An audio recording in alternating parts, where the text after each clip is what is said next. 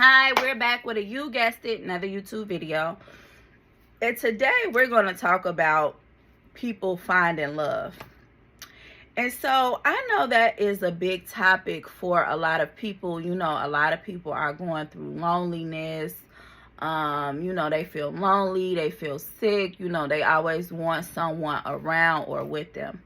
And that is a normal response for humans. We want to be connected. I mean, that is nothing wrong with that.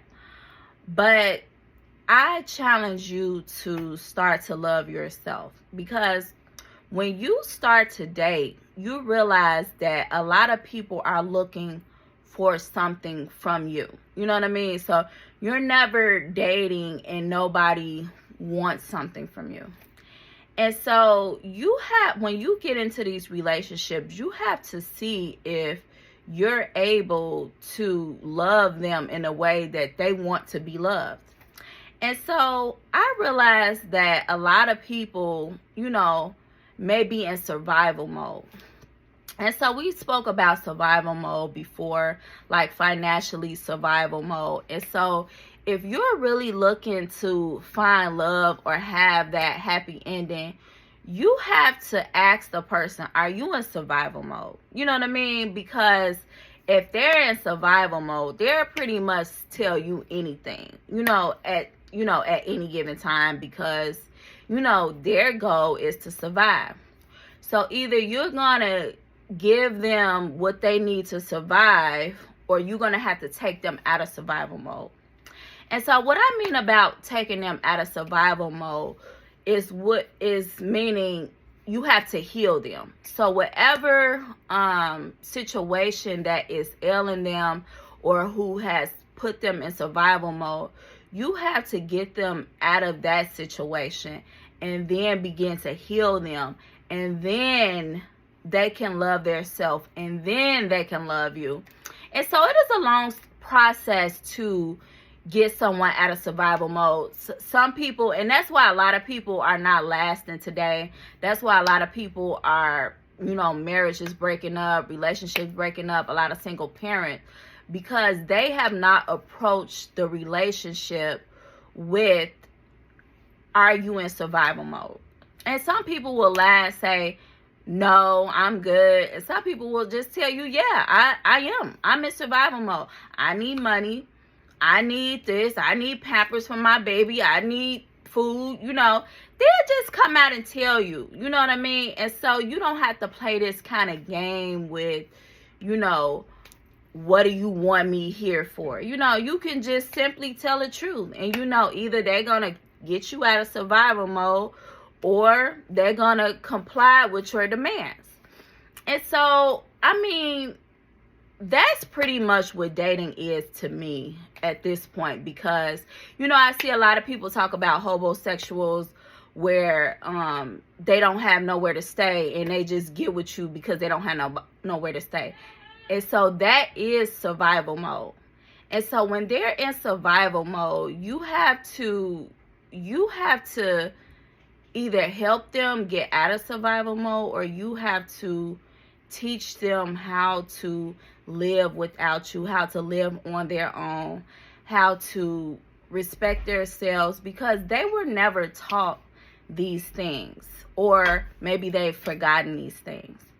And so because of that, you have to not be ready to put all your eggs in a basket as far as loving someone wholeheartedly, until you really know where their mind is and where their heart is. And so when you begin to think about relationships and dating in that sense, you start to date differently. You start to look at people differently. You start to ask different questions. Not what's your favorite color, or, where you work at. I just want to get to the bottom of it. I want to break the ice. What are you looking for? You know what I mean? Like, what would make you happy? What besides the physical part do you need? You know what I mean? Because you can get the physical part from anyone, And so when you begin to realize that relationships is not just physical, but it's more of, because the physical part is probably 20% of the relationship, but when you're not doing the physical acts of intimacy, you're basically with that person, you know, all day, every day. And so you have to actually like the person that you're with, because if you don't, the physical intimacy is not going to be enough to keep you.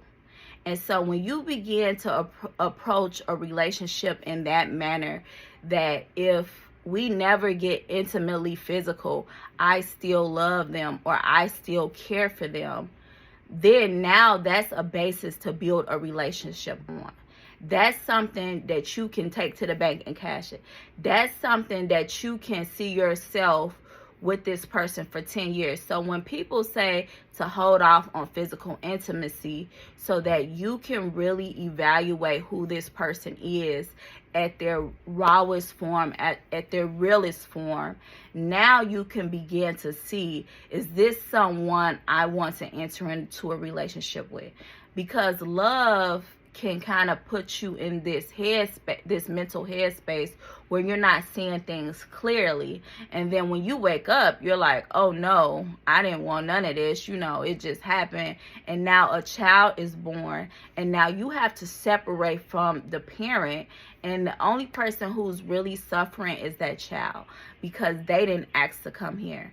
And so now we have a continuous loop cycle or time loop of creating broken families. And so I believe that the mother and father should have a healthy relationship and have a stable relationship with the kids, because if you actually date in the right way and really hold off on the physical intimacy, so you really can see the bigger picture and really know who you're dating, who you're sleeping with, then you can create something worthwhile. And so that is my little nugget of truth. We're going to go right into my book, which is A Beautiful World of Abstract. And we're going to turn to this page. And so this painting was called, hold on. This painting was called Depth of Beauty. So if you purchase my book, you will see all of my paintings. I did sell that one.